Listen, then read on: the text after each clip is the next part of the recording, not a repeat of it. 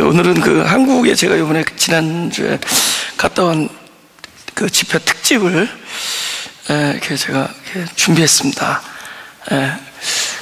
우리 그 시편 23편 1편 한번 보겠습니다. 시편 목자의 음성이 들려질 때, 제목이 한번 외워볼까요? 시작.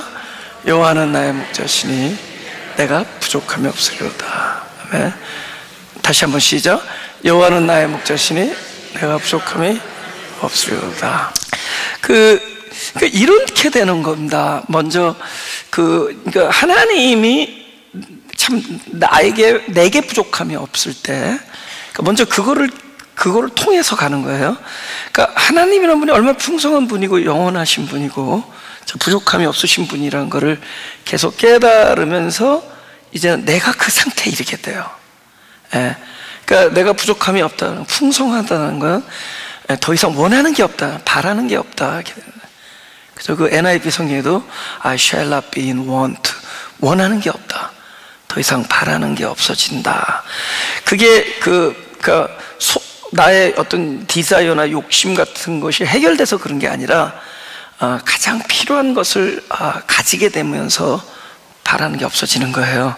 그러니까 나에게 몰랐다는 거죠. 우리는 내가 원하는 것을 필요하다고 생각하고 있었는데, 사실 나에게 필요하다란 무엇이 필요한지는 하나님께서 먼저 아세요.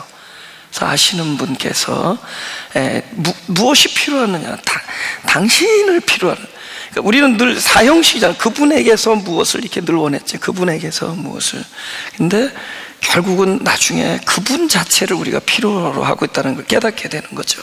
그래서 그 일생 내내 그 온 세월 동안 당신을 주시는 겁니다. 아들을 통해서. 그죠? 하나님을 주시는 거예요. 그러니까 아들의 생명을 주시라는 당신을 주시는 겁니다.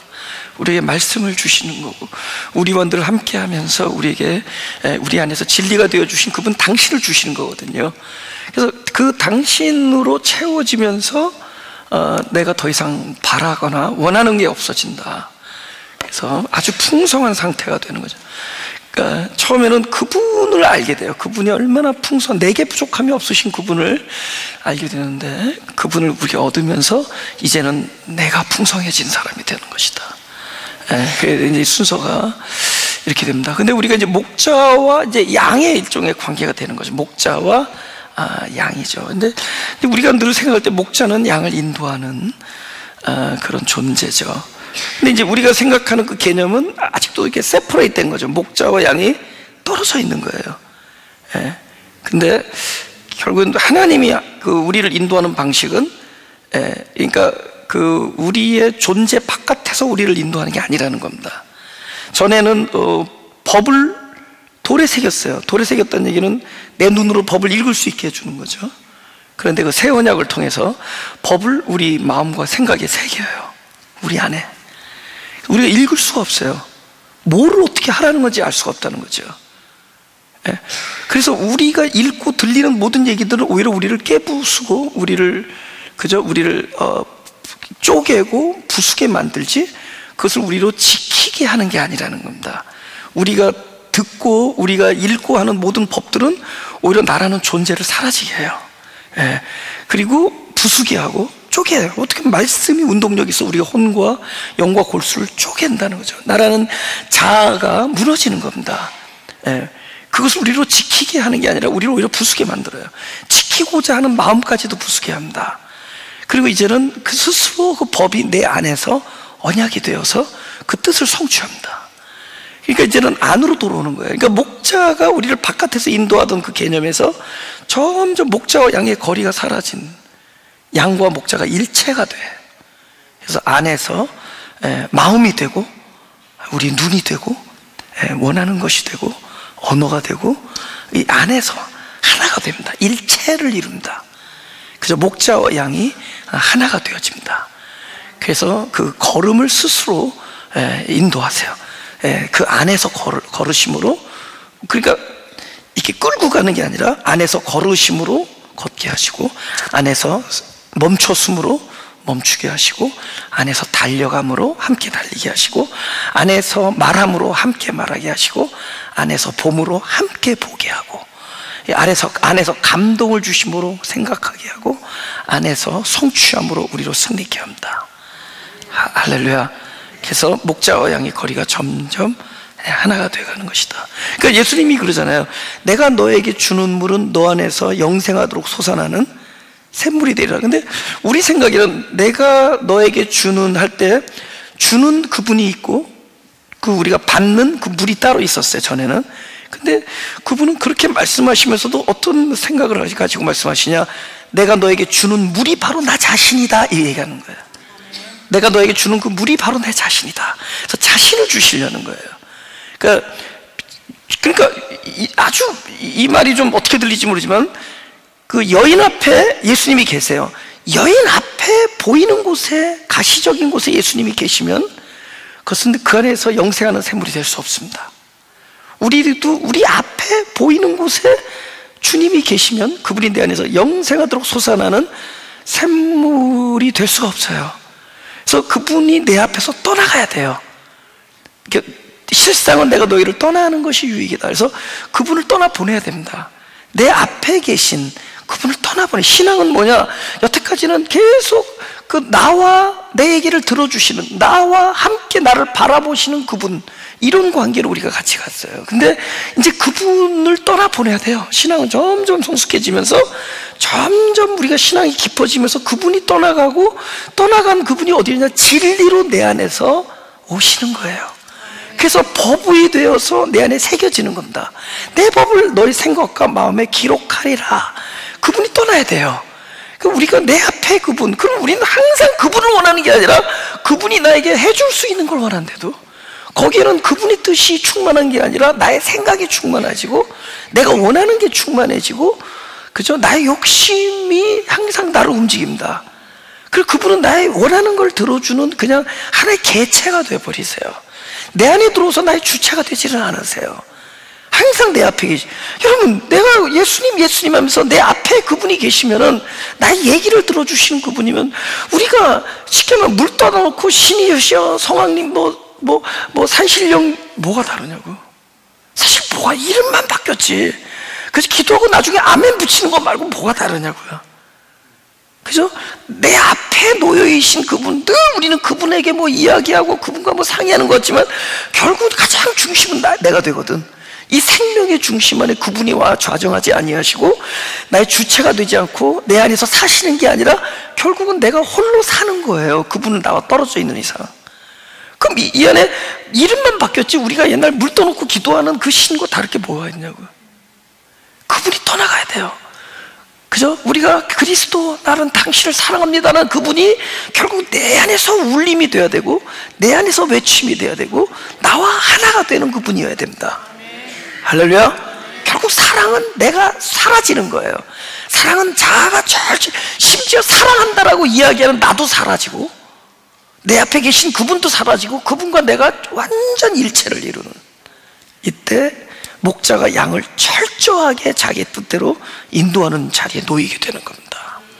그 순간이 가장 위대한 순간입니다. 그 순간까지 그분은 점점 우리를 향해 달려오고 있어요. 근데 우리는 양 같아서 그릇 행하여 각각 제 길로 가. 그죠? 근데 그분이 나를 쫓아오는 속도가 내가 그분을 떠나고 그분을 도망가는 속도보다 더 빨라, 다행히. 그죠? 그분이 나를 찾아오는 일이 더 위대합니다. 결국은 그분이 승리할 거예요. 우리는 늘 양 같아서 그분을 떠나려고 그래요. 우리는 양 같아서 자꾸만 이렇게 도망가려고 합니다. 왜 밤새 야곱이 씨름했겠어요? 그래서 씨름을 걸어오는 자와 씨름을 하고 있는 야곱이 서로 의지가 반대가 되기 때문에 밤새 씨름하는 겁니다. 그 둘이 하나가 되면은 씨름은 중단됐을 거예요. 우리는 이런 식으로 우리 인생 내내 밤새 씨름을 하고 있는 겁니다. 그분은 우리가 변하기를 원하는데 우리는 도무지 변하기를 원치 않고 그분의 하시려는 것과 우리의 의지는 늘 서로 반대가 되기 때문에 우리는 인생 내내 그분과 씨름을 하고 있다는 거죠. 그러나 결국은 그분이 승리합니다. 결국은 그분이 기어코 우리 안에 들어와서 점령할 거예요. 점령. 우리 안에 들어와서. 할렐루야. 그럴 때 참된 평강과 안식이 이루어집니다. 그러니까 우리가 뭘 몰라도 돼요. 뭐가 옳은지 뭐가 옳지 않은지, 뭐가 바른 길인지 바르지. 사실 우리가 옳다라고 하는 게 옳지 않을 수도 있고, 우리가 안다 그러는 걸 모를 수도 있고, 그렇죠? 우리가 그러다고 하는 것이 또 옳을 수도 있고, 우리는 우리의 판단과 우리 안다고 하는 모든 것이 그래 중요한 게 아니에요. 중요한 것은 그분과 내가 일체가 되느냐가 중요합니다. 그분이 아는 것으로 충분해요. 내 안에 계신 그분이 아는 것으로 충분합니다. 예, 우리는 일일이 몰라도 돼요. 문제는 그분이 나와. 예, 제가 제일 두려워하는 것은, 전 다른 건 두렵지 않은데, 저는 그저 늘 함께 가시던 그분, 함께 하시던 그 은혜, 그것에 무슨 변동이 있을까 늘 두려워요. 늘 함께. 그러나 놀랍게도 그분은 함께 하세요. 우리의 태도, 우리의 자세, 우리의 결정, 이런 거 그렇게 중요한 문제가 아닙니다. 그분의 의지가 중요해요. 근데 somehow 그분은 우리를 향해서 늘 달려오고 있습니다. 할렐루야. 그거를 알게 된 거죠.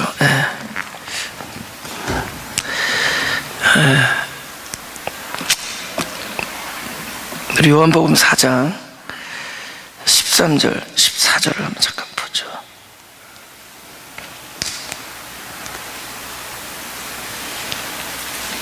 아까 말씀드렸지만은 예수님이 이제 이런 말씀하시는 14절에 내가 주는 물을 먹는 자는 영원히 목마르지 아니하는데, 결국은 자기를 주는 거죠. 그 내가 주는 물이 나 자신이 되는 거죠. 나의 주는 물은, 그러니까 자신을 말씀하십니다. 그 속에서 영생하도록 솟아나는 샘물이 되리라 라고 얘기하는, 그러니까 이 샘물에 대한 설명이 필요했던 거예요. 그러니까 여인이 그럼 그 물을 나에게 주십시오 하고 하는 거예요. 15절에 그러니까 예수님께서 갑자기 뭐라죠? 갑자기 뚱딴지 같은 말씀을 하시는 거죠. 남편을 데려오라. 물 얘기가 나왔거든요. 내가 너에게 주는 물은 너에서 영생하도록 솟아나는 샘물이 돼. 그러니까 그 물을 달래는 사람에게 남편을 데려오라. 왜 갑자기 주제가 어긋나냐는 거죠. 근데 주제가 어긋난 게 아닙니다. 그죠? 남편을. 그러니까 이 여자가 난 남편이 없다. 그러니까 당연하다. 네가 지금 있는 그 남편은 남편이 아니다. 지금 몇 번째죠? 알잖아요, 여러분. 몇 번 많이 가봐서 알잖아요. 몇 번째죠? 6번째잖아요, 그죠?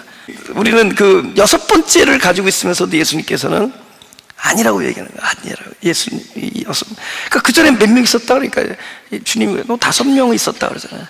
그럼 왜 갑자기 5, 6 나오냐, 그죠? 진짜 실제가 뭐냐는 거예요, 실제. 그러니까 여인을 떠나 있는 남편은 임시예요. 잠시 남편. 영생하도록 솟아나는 그 남편은, 영생하는 남편은 누구냐? 바로 그 6도 아니고 5도 아니고, 그죠? 바로 그 주님께서 7째 남편, 7자잖아요. 7째 남편이 되어서, 그러니까 앞에서 물을 주는 주님도 부정돼야 됩니다, 사실은.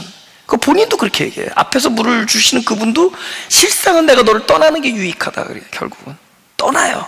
그 앞에 있는 예수님도 우리를 떠나보내야 돼. 내 앞에 나의 머리를 쓰다듬어주고 나에게 물을 떠주는 그분도 떠나보내야 돼요.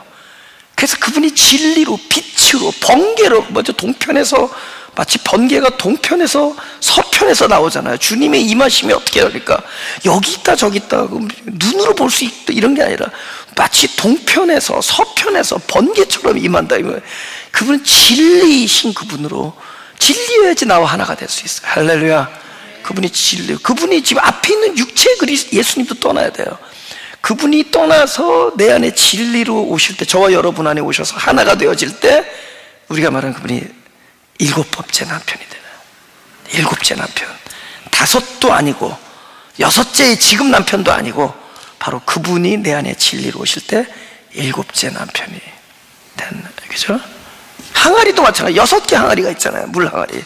그죠? 그거는 떨어져 있는 겁니다. 그것이 이 안에 들어올 때 포도주가 돼요. 7째 내 안에서 이제는 항아리가 바뀌죠. 내 자체가 그리스도를 담는 항아리가 되죠. 나를 7째 항아리로 만들어 놓는, 그죠? 그래서 6 항아리가 있는 거예요. 그죠? 우리 마태복음 3장 16절입니다. 제가 읽겠습니다. 우리 다 같이 읽죠. 시작. 예수께서 세례를 받으시고 곧 물에서 올라오실새 하늘이 열리고 하나님의 성령이 비둘기같이 내려 자기 위에 임하심을 보시더니 하늘로서 소리가 있어 말씀하시되 이는 내 사랑하는 아들이요 내 기뻐하는 자라 하시니라. 지금 생각해 보세요. 이거는 그 성령이 비둘기같이 임하는 걸 누가 봤냐면 예수님이 본 거예요. 근데 예수님이 본 거를 그분이 보셨다는 걸 어떻게 알 수가 있겠냐는 거죠. 예수님이 비둘기처럼 성령이 임하는 것을 예수님이 보셨다라는 것을 이 글을 쓰는 자도, 이건 뭐 그 당시에는 없었을 거예요. 그러나 이 글을 쓴 마태나 이걸 편지를 쓴 제자들도 그걸 보는 거예요. somehow 어떤 방식으로든지 보는 겁니다. 뭐 들었던 뭐 했던 그것을 확실하게 말할 수 있는 거는 그 성령이 비둘기같이 임하는, 예수님께 임하는 그 성령이 동일하게 우리에게도 그렇게 임해야 때 그분 안에 이러한 일을 우리도 볼 수가 있는 거예요. 아시겠어요? 동일하게 임할. 그러니까 이게 목자와 양의 감다. 그분이 목자가 우리에게 그냥 그 진리로 돼서 안으로 들어올 때 우리의 눈이 열리는 것이고 보여지는 거예요. 그죠? 여러분, 창세기, 그러면 내가 눈 감고 있는데 창세기가 되는 게 무슨 창세기예요? 어느 날 내 눈이 열려서 진짜 하나하나 되어지는 거, 내가 그것이 보여질 때 창세기예요. 이 성경이 전부 이게 하나님이 우리를 위해서 나를 사랑하여 나를 구원하는 일들이 쫙 이렇게 나열되어 있습니다. 이것이 내 눈이 열려야지 이것이 창세기가 열린 거지, 나하고 무관하다면은, 나에게 그 감동과 그 진리의 역사가 없다면은, 목자가 양과 하나가 되어지는 일이 없다면, 그분이 내 안에 들어오셔서 내 눈을 열어주시고 이 진리가 열어지는 일이 없다면, 이건 창세기하고 나하고 아무 상관없고 계시록도 나하고 상관이 없는 거죠. 그러니까 창세기는 이 우주의 열림이 아니라 어떻게 보면 나의 열림이에요. 이 세상을, 하나님의 나라를 대하는 이 세상에 내 눈이 열어진 겁니다. 나라는 존재가 출발하는 게 창세기예요. 그래서 이 새로운 하나님의 세계를 내가 시작하는 겁니다. 그러기 전에는 아무것도 아니에요. 그냥 흑암과 혼돈과 공허일 뿐이에요. 아무것도 아닌 거지만 이것이 열리는 겁니다. 네. 그죠? 그러니까 그분은 바로 이 열림이 되고, 우리 개안이라죠. 개안, 눈이 떠지는 거죠. 그죠? 내가 개안이 돼야 이 세상이 개벽이 돼. 이 열리고 바뀌고 이것이 새롭게 시작되는 거죠. 내가 눈이 열릴 때 이것이 세계가 있고 하나님의 나라가 있고 그분이 있는 거지, 내가 아직도 우리가 장님이고 닫혀있다면 이 세상에 아무리 아름다운 세계가 온갖 많은 것이 나열되고 빛이 있고, 그쵸, 뭐 별이 있고 이 공간이 있고 한들 무슨 소용이 있겠어요? 그러니까 내가 열리는 겁니다. 할렐루야. 내가 열리는 거예요. 그렇죠? 그러니까 목자이신 그분은 끊임없이 양의 눈을 열어주기 위해서라도 그 안에 오셔야 돼요. 네, 그 눈이 되어주시는 거예요. 그죠?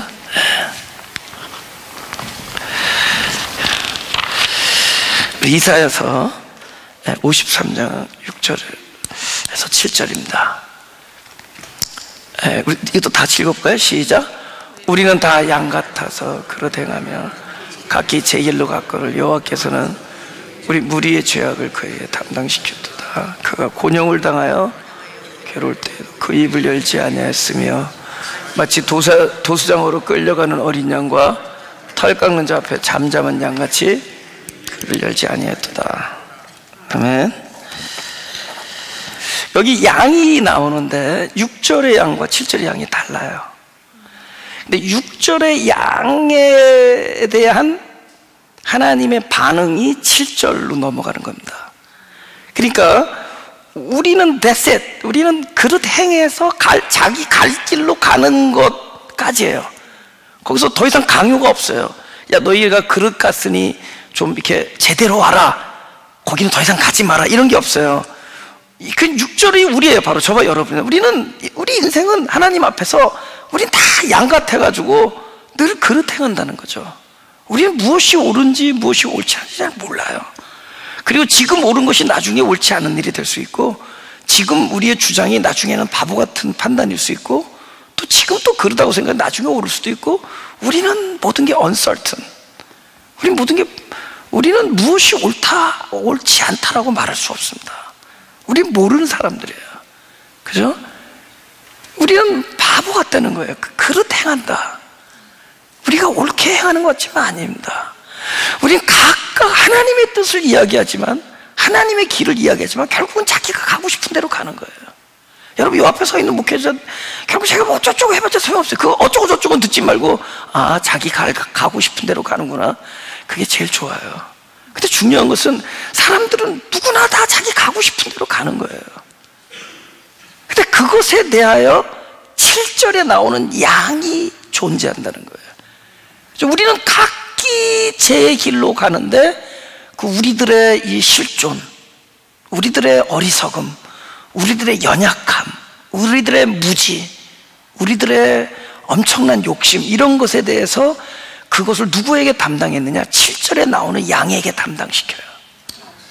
그 양은 그 우리들의 그것에 대함에 의해서 뭐예요? 그는 곤욕을 당하고, 그는 괴로울고, 괴로운데도 입을 열지 않고, 그는 잠잠한 양처럼, 그렇죠? 자기 털을 깎는 그 도수장에서 털 깎는 자 앞에 잠잠한 양처럼 십자가에서 그 모진 곤욕을 치르면서도, 그 능욕을 당하면서도 입을 열지 아니하시는, 그게 하나님의 반응이라는 거죠. 그죠? 나의 어떠함, 우린 that's it. 더 이상 네가 거기서 나와라, 거기서 더 방향을 바꿔라, 어떻게 하라 그러잖아요. 우리는 그거예요. 우리는 각각 그릇 행하며 각각 제 길로 간다. 근데 그것에 대해서 하나님이 반응을 하시는 거예요. 결국 목자의 일입니다. 양을 뭐 방향을 바꾼다든지, 양으로 하여금 뭐 가게 한다든지 쓰게 한다든지 우리를 훈련시키는 것이 아니라, 우리는 양이에요, 양. 근데 그 양을 사랑해요. 목자가 자기 목숨을 버린다 그러잖아요. 그래서 그가 곤욕을 치르고, 그가 괴로울 때도 입을 열지 않고, 그가 그 순환을 당합니다. 그죠? 결국은 누구의 일이냐? 그분의 일이에요. 그렇잖아요. 누가복음 15장에도 거기 써있죠. 누가복음 15장 31절 32절에 그 탕자에 대해서 그 형이 화가 났어요. 아버지가 막 잔치를 풀어주니까. 그러니까 화가 난 큰 아들에게 이렇게 아버지가 이르되, 예, 너는 항상 나와 함께 있으니 내 것이 다 네 것인데, 네 동생은 죽었다가 살았으며 내가 잃었다가 얻었기로 우리가 즐거워 기뻐하는 것이 마땅하다 아니라. 보세요. 양의 입장에서는 뭐예요? 죽었죠. 근데 죽음에 대하여 목자는 어떤 입장을 취하죠? 잃어버렸다라는 입장을 취해요. 그러니까 양의 입장에서는 죽은 자가 죽음에 대해서 무슨 일을 할 수 있다 없다? 예, 한국에 계신 분들이 2번인 걸 알더라고. 다시, 죽은 자가 일을 할 수가 없잖아요. 나의 죽음에 대해서 일을 할 수가 없잖아요. 죽음이니까. 그러니까 그걸 아세요. 양에 대해서는 쟤는 죽었지 않느냐예요. 그러니까 죽은 자에게 뭘 강요하겠어요. 근데 그러니까 죽음인데 본인은 그 죽음을 어떻게 생각하느냐? 이름으로 생각해, 이름. 그러니까 목자가 무엇을 잃어버렸다는 것은 일을 해야 되잖아요. 그죠? 목자가 무엇을 잃었다는 건 반드시 찾는 일이 있잖아요. 그러니까 우리의 실존에 대해서 우리에게 무엇인가를 더 이상 거기서 get out of there, 거기서 나와라, 그 죽음으로부터 빠져나와라, 이렇게 얘기하지 않아요. 그죠? 그것에 대해서 나와라 그렇게 얘기하지 않습니다. 예. 그것에 대해서 네가 뭐 do something about, 뭐 너의 지금 이 상황에 대해서 뭐 do something about it, 뭔가를 해보라 우리 얘기하지 않아요. 예. 그냥 죽음으로 얘기해요. 저는 죽었다. 지금 저와 여러분이 이렇게 일주일을 살지만 우린 죽은 자라는 거예요. 그냥 우리는 양이에요, 양. 우리가 하는 일은 그렇다는 겁니다. 제 길로 가. 늘 제 길로 가. 우리는 그분과 함께 잘 맞추고 간 듯하다 또 잠깐이면 제 길로 가요. 우리는 그래요. 근데 그 일을 우리에게 요구하죠. 그런데 당신이 일을 하시되 그 일이 우리 안에서 드러나게 하려니까 그분은 결국은 내 안에 들어오셔서 일을 하시는 거예요. 할렐루야. 그래서 내 안에 들어오셔서 일을 하십니다. 그분이 잃은 자야. 그래서 결국 잃었으니까 찾아내야 될 것이고, 그 결과로 우리는 죽음에서 살아나는 거예요. 우리는 우리 힘으로 살아나지 않아요. 은혜예요, 은혜. 하나님의 은혜를 아는 것이 놀라운 축복입니다. Grace upon grace. 은혜 위에 은혜예요. Grace upon grace. 은혜 위에 은혜입니다. 은혜 위에 은혜. 오직 은혜예요, 오직 은혜. 그죠? 그러니까 아들의 입장은 죽음이야, 죽음. 목자의 입장은 잃어버림이에요. 그래서 그분 일하시는 거예요. 네.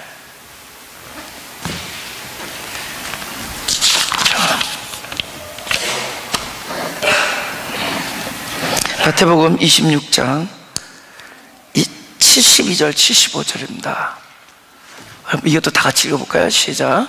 베드로가 맹세하고 또 부인하여 가로되 내가 그 사람을 알지 못하노라 하더라.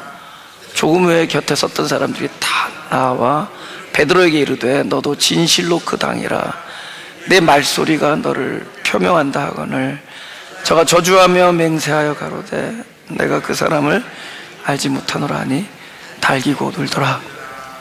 이에 베드로가 예수의 말씀에 닭 울기 전에 내가 3번 나를 부인하리라 하심이 생각나서 밖에 나와서 심히 통곡하니라.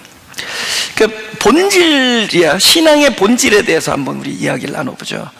제가 지난주에도 말씀드린 적이 있는데, 제 인생에 있어서 가장 위대한 발견은 무엇이냐, 그 창세기 1장 2절에 그 흑암과 어두움죠. 어두움과 혼돈과 공허라는 단어가 나와요. 근데 그것이 창조의 배경인 줄 알았는데 그것이 바로 나의 실존인 것을 깨달았습니다. 그게 나였구나. 그래서 그 아담이 늘 3인칭이었었죠. 그죠? 아담이 먹었다는 거죠. 근데 그 흑암과 혼돈과 그 공허가 바로 아담이고 그 아담이 바로 나라는 걸 알게 해준 거예요. 저는 그게 제 인생에서 가장 위대한 발견입니다. 그리고 그 발견이 저의 멘토가 됐어요. 늘 까딱하다가 그 자리로 들어가면 돼요. 그 에덴 동산에서 그 불순종하고 그 선악과를 먹고 있는 그 아담이 바로 나다라는 사실, 그것이 저의 멘토가 신앙의 아주 파운데이션이 됐습니다.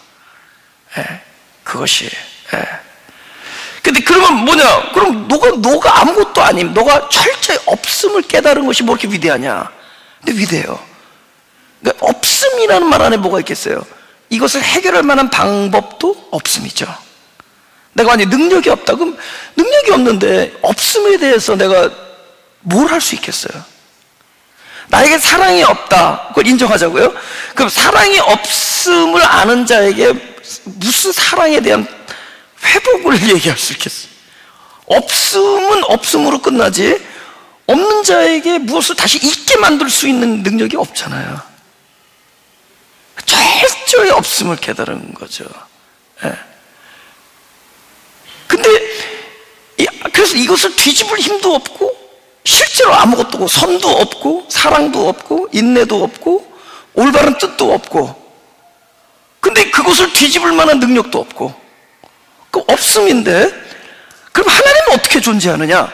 바로 나의 그 실존, 아무것도 아닌 그 nothing이라는 그 실존에 대하여 하나님은 반드시 채움과 찾아오심과, 그죠?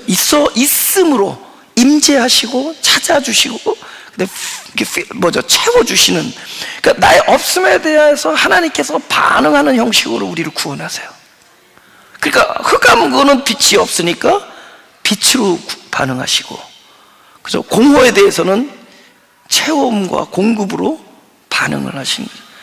그러니까 전부 그분의 일이 돼요. 그러니까 가장 내가 아무것도 아닌 것을 깨닫지만은 그 순간은 바로 하나님이 그 안에 당신을 채워주시는 일로 금방 연결됩니다. 금방 연결돼요. 여러분, 여기는 뭐가 없음이겠어요? 자기 안에 예수님이 나중에 찾아와서 그러죠. 네가 나를 사랑하느냐 물어보잖아요. 베드로가 다른 건 몰라도 그 사랑은 자신했을 거 아니에요. 다 주님을 도망간다 해도 버린다 해도 나는 주님을 버리지 않겠습니다.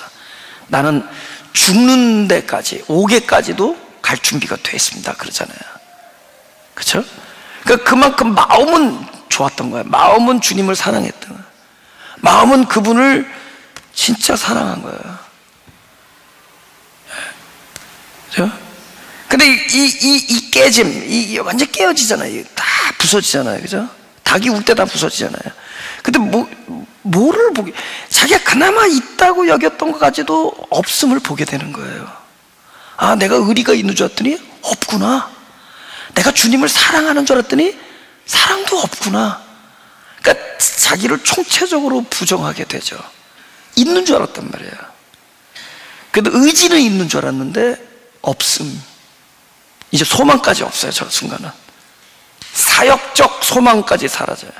그거는 무서운 겁니다.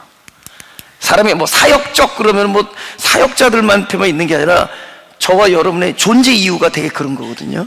우리가 인생을 만약에 살아왔습니다. 인생을 살아오면서 많은 일들이 일어나요. 그 많은 일들을 우리는 뭐라고 리즈닝 하죠? 뭐라고 이유를 붙이죠? 아, 내가 오늘날 이 자리에 있기까지 다 이 일이 조성되어 왔다 이렇게 생각하잖아요.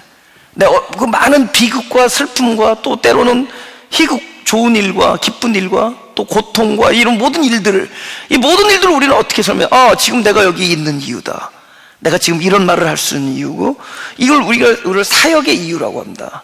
근데 베드로도 자기가 걸어왔던 모든 인생의 길이 그 이유가 있던 거, 바로 이 자리에 있기까지거든. 예수님의 바로 옆에 있었던. 근데 예수님의 있었던 그 자리가 완전히 깨지는 순간, 이걸 우리가 사역적 절망, 그죠? 자기 존재 이유의 좌절. 문을 좀 닫아주세요. 그쪽 문화 저쪽 문화 닫아주세요. 내가 존재 이유의 좌절인다. 그것에 대한 철저한 좌절이 베드로에게 일어납니다. 모든 거 없어지죠. 없음. 가장 어둡잖아요. 소망까지 끊어져요. 근데 보세요.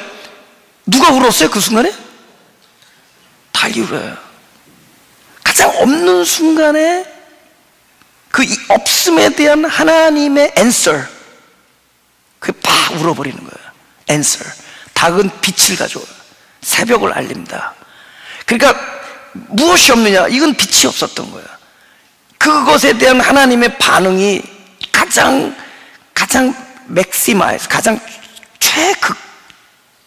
최극점이랄까요? 가장 강하게, 가장 없는 곳에서 가장 충만하게 나타나는 그 순간, 그러니까 가장 어두울 때가 오히려 가장 환해지는 것이고, 가장 우리가 무엇인가 부재하다고 여기는 순간에 그분으로 임재하고 채워지는 순간, 없다고 여길 때가 가장 꽉 차는 순간, 가장 어두울 때 빛이 임해요. 그래서 완전히 소망이 좌절되는 순간에 닭이 울어버려요. 빛이 오는 거야. 할렐루야. 목자는 양의 없음을 탓하지 않습니다. 양의 그릇됨을 탓하지 않아요. 양이 잘못 가는 걸 탓하지 않습니다. 그래서 우리를 괴롭게 하는 많은 일들은 우리의 선택이잖아요. 아니면 우리의 판단이잖아요. 또 우리의 디자이어잖아요. 원하는 거. 하지만 그렇게 중요하지 않습니다. 중요한 것은 그분이 우리와 함께 있느냐가 중요해요. 그분이 나를 찾아오느냐가 더 중요하고. 할렐루야. 근데 그분은 늘 반응한다는 거죠. 나에 대하여 반응을 하신다. 나의 나됨에 대하여 반응을 하신다는 겁니다. 제가 제 얼굴을 보면은 이렇게 명랑하잖아요. 그죠? 그죠? 영어로 명랑 페이스, 밝은 페이스. 근데 제가 굉장히 딥 다운 될 때가 있어요. 깊이 이렇게 다운 될 때가. 이제 입버릇으로 나 고독하다 이런 얘기. 사람들이 막 묻겠죠. 컴온, 그죠? 이 많은 성도들, 그 많은, 그죠? 그 사람들, 하는 많은 사람들, 뭐가 그렇게 고독하고, 뭐가 그렇게.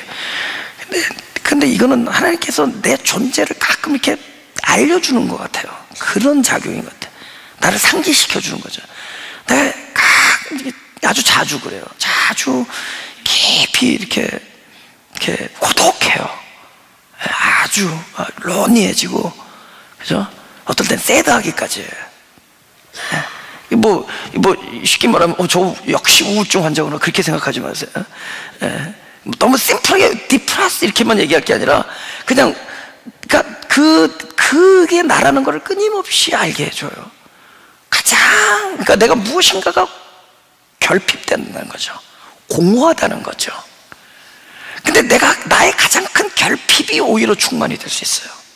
내가 결핍을 리얼라이즈 하는 순간이 오히려 그분이 일하시는 순간이 될 수 있어요.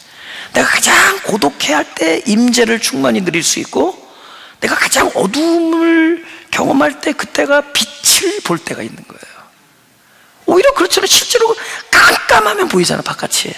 여기가 어두운 묵자가 되면은 상이 되잖아요. 묵상. 가장 어두울 때 바깥이 보이잖아요. 빛이 보이잖아요. 그러니까 그저 look at you. 그저 you have so many friends, so many 성도. 뭐 이렇게 you smile face. 그잖아, smile face잖아요, 그죠? 이게 하루 아침에 스마일 되지 않은 건 아시죠? 오랜 동안에 어두움을 거쳐서 오랜 동안에 소쩍새가 15번을 우른 다음에 이렇게 된 겁니다. 그죠? 예. 근데 그게 끊임없이 고독하고 deeply 다운되어지고 외로워지고 그런 순간이 끊임없이 찾아오는데, 오히려 그 순간이 오히려 나로 하여금 그죠? 내가 누구냐? 나는 그것이다. 그러나 이 없음이라는 나의 그 실존에 관해서 절대로 목자이신 하나님은 그냥 내버려 두시지 않는다는 것을 상기시켜주는 거예요. 그래서 우리가 일어나고 하는 거야. 가장 다운됐다가 일어나고, 가장 멈춰있다가 뛰어가게 되고, 그죠? 가장 죽어있다가 살아나고, 그죠? 이렇게 되는 겁니다. 가장 그렇게 되는 거예요. 그게 우리 소위 하나님이 나의 목자 되셨을 때 성도들에게 일어나는 놀라운 영적인 어떤 경험들입니다. Anybody been there? 누구든지 그곳에 가본 사람 무슨 얘기인지를 이해할 수 있을 거예요. 무슨 얘기인지를 이해할 수 있을 거예요. 그냥 무조건 우리가 그 어떤 계획을 세우고 그냥 열심히 달려왔던 자에게서는 그것을 느낄 경험이 없어요. 그래, 적어도 하나님 앞에 울고 고민하고 갈등하고 번뇌하고 그저 애써보고 애원하고 애통해본 그 심령들 안에는 이런 작용들이 도대체 무엇이라는 것을 경험할 수 있어요. 그런 철저히 목자가 나에 대해서 반응하고 있는 거예요. 네가 누구냐라는 걸 끊임없이 상기시켜주고 알려줘요. I just want you to that who you are. 네가 누구라는 걸 알기를 원하는 거야. 그죠? 네가 누구냐? 네가 what you are. 네가 무엇이냐라는 걸 알기를. 그리고 그분은 그것에 대하여 answer하는 거야. 반드시 answer하신다. 할렐루야. 자.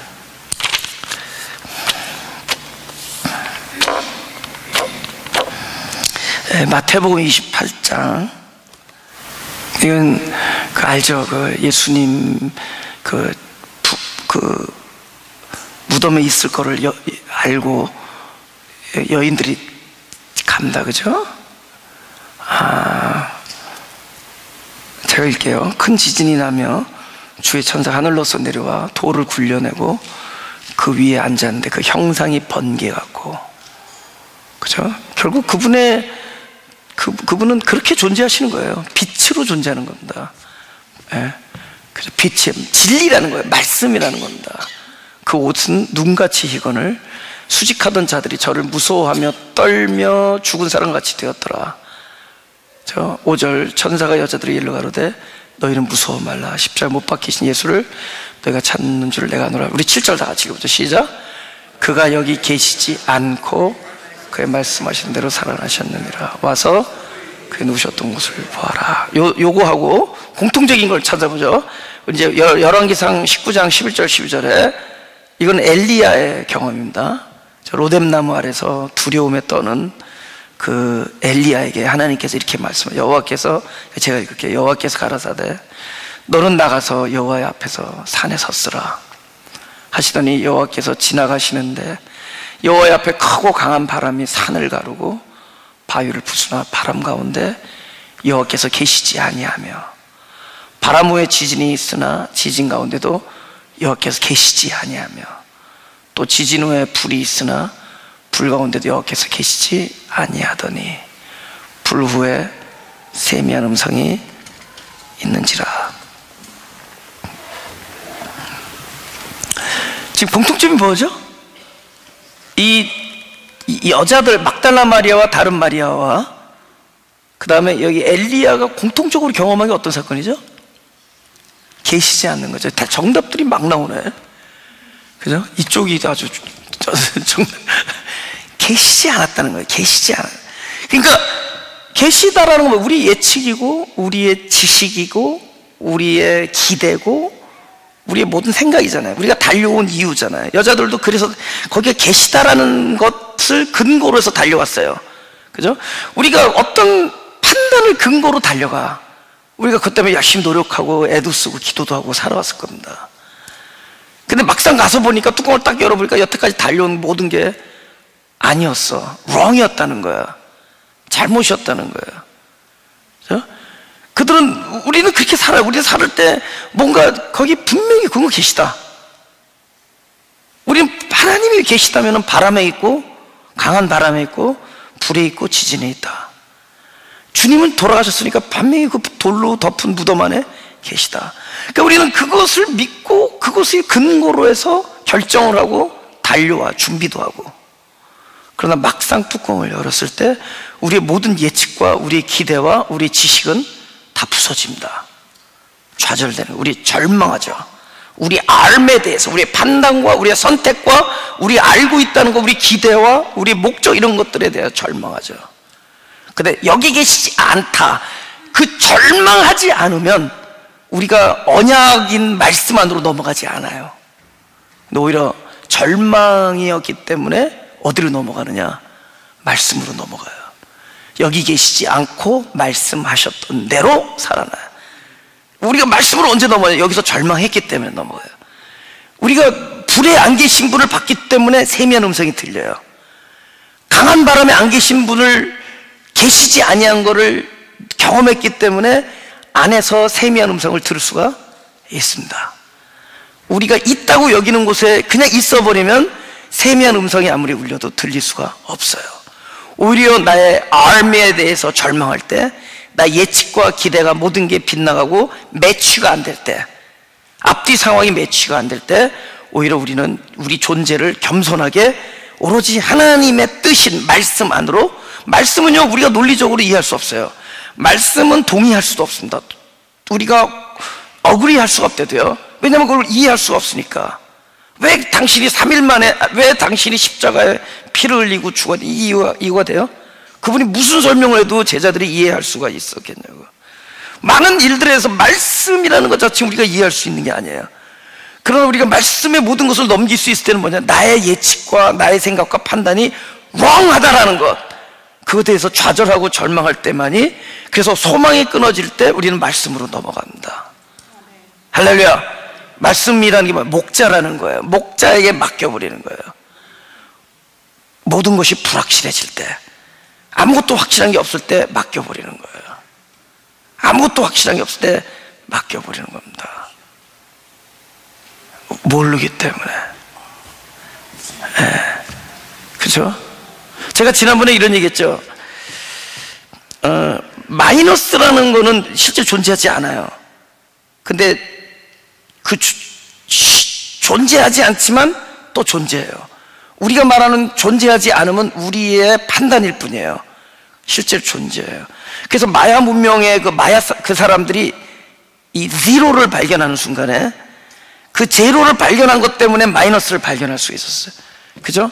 딱 그 자리에 가야 된다는 거예요. 제로라는 포인트에 딱 가면은 눈앞에 보이는 플러스 2가 나로 하여금 무엇을 알게 하느냐? 플러스 2가 있는데 나는 지금 플러스 2를 누려야 될 거 아니에요. 근데 내가 지금 제로를 느끼고 있는 거예요. 눈앞에 2개가 보이면 2개를 들고 있어야 되는데 실제로 내 손에는 아무것도 쥔 게 없어. 거기서 마이너스 2를 발견하는 거예요. 아, 있구나.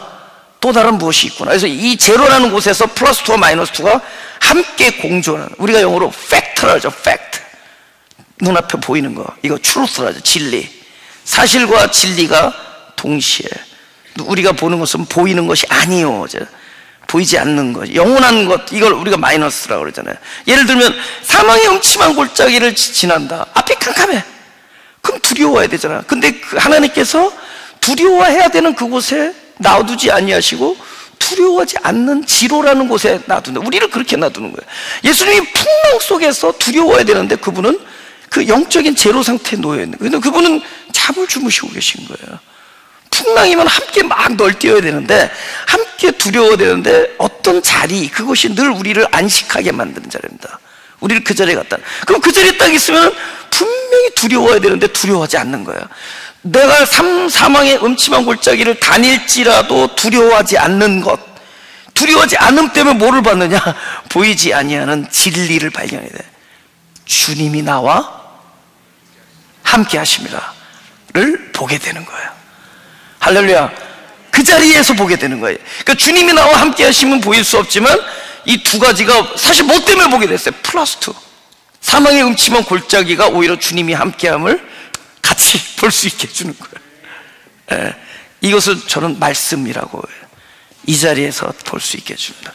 목자이신 그분은 우리를 바로 말씀으로 끊임없이 눈을 열어주게 합니다. 그곳에서 보이지 아니하는 하나님의 뜻을 발견하게 하는 거죠. 그러니까 nothing is certain.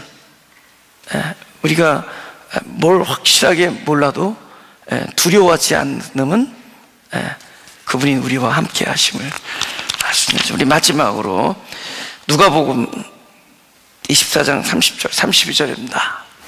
이거는 그 엠마오 제자들 엠마오로 가는 길에 예수님이 동행하는데 예수님을 몰랐다 그러죠. 왜 몰랐다 그랬죠? 두 글자? 지식이라죠. 지식. 그죠? 무슨 지식이죠? 예수님이 돌아가신 거 봤잖아요. 그죠? 오히려 그 본 것이 지금 동행하는, 그죠? 과거에 대한 지식이 현재 참 지식을 못 보게 하는 것. 어?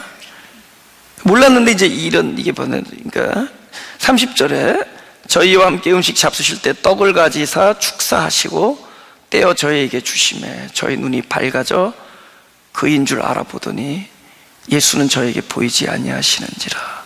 30절 다 같이 시작. 저희가 서로 말하되 길에서 우리에게 말씀하시고 우리에게 성경을 풀어주실 때 우리 속에서 마음이 뜨겁지 아니하느냐. 그러니까 대충 이게 누가를 통해서 설명을 해요. 이 제자들이 그런 대화를 하는 겁니다. 야, 근데 보였다는 거야. 처음에는 안 보였는데 보였다는 거예요. 그죠? 근데 또 보였다가 안 보여. 그러니까 존재함으로 들어가는 거죠. 나타나신 그분이 더 이상 보이지 않냐는 건 존재, 우리 안에 존재하는 걸로 들어가는 건데, 근데 어떻게 봤냐는 거죠. 안 보였던 그분을 여기 설명, 장인애들 딴에는 설명을, 야, 그분이 떡을 줄 때 보였지 않느냐. 근데 그 떡이라는 것은 다른 말로 이렇게 풀어주는 겁니다. 그분이 하나님의 말씀을 풀어주면은 우리의 마음이 뜨거워지지 않느냐, 이렇게 얘기합니다. 그러니까 우리 마음이 뜨거워졌으니까 보였다, 이렇게 설명을 하려고 하는 거예요. 그러니까 열심이잖아요. 열심.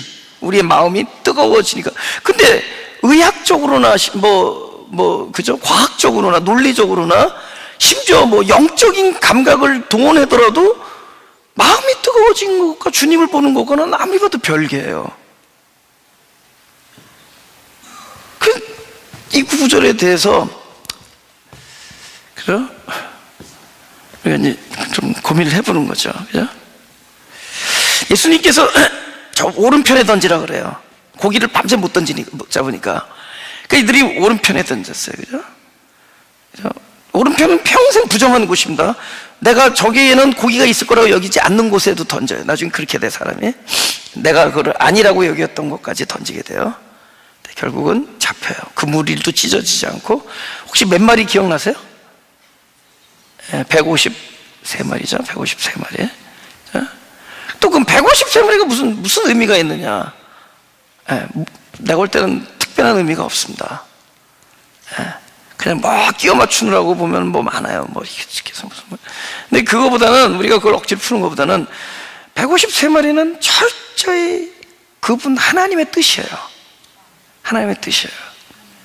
그러니까 나는 지금 무슨 말씀을 드리냐면, 어떤 사람들은 하나님의 말씀이 안 들려요. 그죠? 많은 사람들이 그렇게 얘기해요. 최전도사 설교를, 성경을 좀 많이 읽은 사람들이 좀 더 잘 알아들을 거라고. 또 많은 분들이 그러세요. 설교 시간에 이렇게 오시면 사람들이 아멘, 아멘 그러면 저분들이 알아듣고 아멘 하는 겁니까? 아마 그분은 아마 못 알아들었으니까 그렇게 얘기한 것 같아요. 그래서 나는 알아듣은 것 같다 하고 알아들어서. 왜냐면 우리가 박자라는 게 있잖아요. 딱 느낌, 박자가 맞구나, 이거 아멘 알아듣고. 야, 근데 이제 많은 사람들이 그걸 물어봐서 알아듣고 아멘 하냐고? 알아듣고 아멘 하는 거예요. 그럼 이게, 그럼 아멘 하고 이런 사람들이, 알아듣는 사람들이 뭐 성경을 더 많이 읽었느냐? 그죠? 아니면 쉽게 말하면 사역자냐? 뭐 사역을 많이 했고, 어려서. 근데 그거 무관해요. 오늘 제목이 목자의 음성이 들려질 때, 양의 목자의 음성이 들려질 때.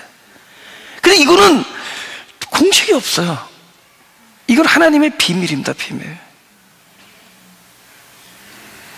모르는 거예요. 나는 이걸 모른다고 얘기합니다. 이 사람들이 갑자기 주님이 보이는 건 모르겠어요. 근데 somehow 주님이 들리게 해준 거예요. 근데 이거예요. 어느 날 우리가 하나님의 음성이 들리는 거야. 이것까지는 얘기할 수 있어요. 브로큰된 자가 들린다는 얘기할 수 있어요. 일단 우리가 쪼개지니까 공간이 형성되죠. 그죠? 자아가 부서지니까 공간이 형성되겠죠. 하나님의 말씀이 담기는 공간은 형성되지만, 그래서 우리 입장에서는 브로큰됐지만 하나님 입장에서는 열어졌다 이렇게 할 수 있죠. 오픈됐구나. 우리는 그저 아주 우리 heart broken이잖아요. My heart was broken. 내 심령이 깨졌다 그러지만은 하나님 입장에서는 열린 거잖아. 열렸다. 근데 이 열림과 깨어짐조차도 또 하나님의 은혜예요.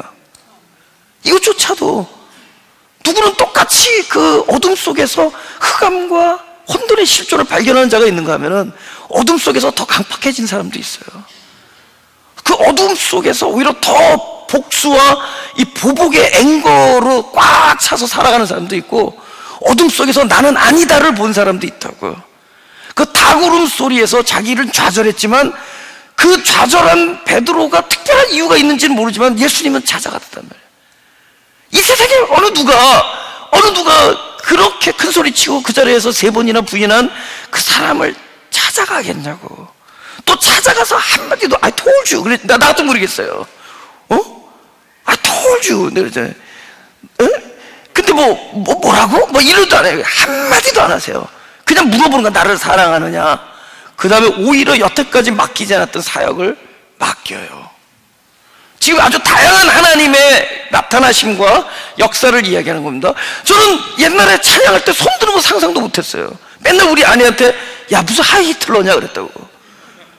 근데 어느 날 진짜 소리 들어가. 어느 날 나의 하나님 그러면 울음이 나는데 어떡해. 나 그렇게 될 줄 몰랐어요. 나의 하나님 그러는데 내가 막 눈물이 나요. 난 그렇게 될 줄 몰랐대도. 야 예수를 좀 점잖게 믿어라 그랬다 우리 와이프한테. 어느 날 손이 올라가더라도 2손이 올라가. 어느 날 주님의 은혜를 생각한 눈물이 나. 왜 그렇게 됐을까? 거기 무슨 이유가 있을까요? 비밀이야. 우리가 음성이 들리는 거야. somehow 그분이 들리는 거야. 목자의 음성이 들리는 거야. 거기에 무슨 그거 없어요. 우리는 몰라요. 우리는 우리의 내가 과연 잘하는지 못하는지 몰라요. I don't know. What I'm doing is right or wrong. 내가 잘하는지 못하는지도 모르겠어요. 나를 모르겠어. 난 모르겠어요, 솔직히. 근데 그분이 나를 사랑해. 그걸 알아. 그분이 선택했단 말이에요. 그분이 선택을 했고요. 나를 선택하고 저 사람들을 선택하고 그 선택한 자를 절대로 버리지 아니하시고 그리고 들리게 해준다는 거예요. 제가 잔디 얘기할 수 없이 여기 또 한인타운에 잔디 안 키우는데 얘기 안 하려고 했는데 저 변두리 가면은 잔디 있습니다. 새들어 사는 사람도 있고 다 있으니까 제 잔디 얘기할게요. 내가 잔디 아빠의 별명이 잔디를 좋아해서. 근데 내가 전에는 불과 지난주까지는 제가 늘 관심 있는 데가 약한 데예요. 잘 자란 데는 관심 안 둬요. 이 약한 데를 내가 막 어느 날 더 신경을 쓰고 있더라고. 막 이렇게 피를 뿌리고 물을.